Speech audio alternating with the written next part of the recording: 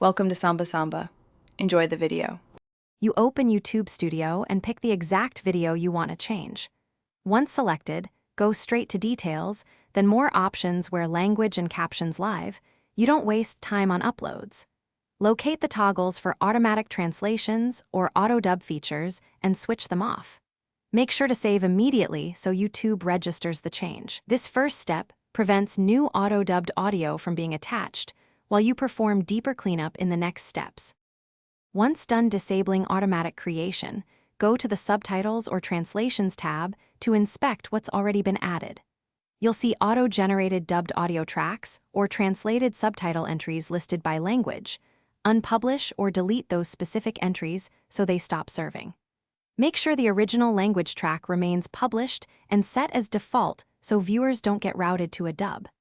If a language is wrong, edit the video's default language setting to reinforce the original audio selection.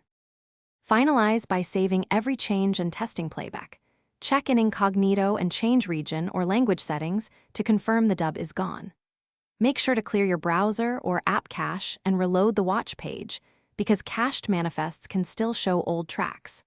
If the dubbed audio persists, reprocess the video by trimming a second in the editor and saving to force a metadata update, or escalate to YouTube support with Video ID. One troubleshooting tip: double-check any embedded player parameters or third-party Thanks for watching. Consider subscribing if we helped you.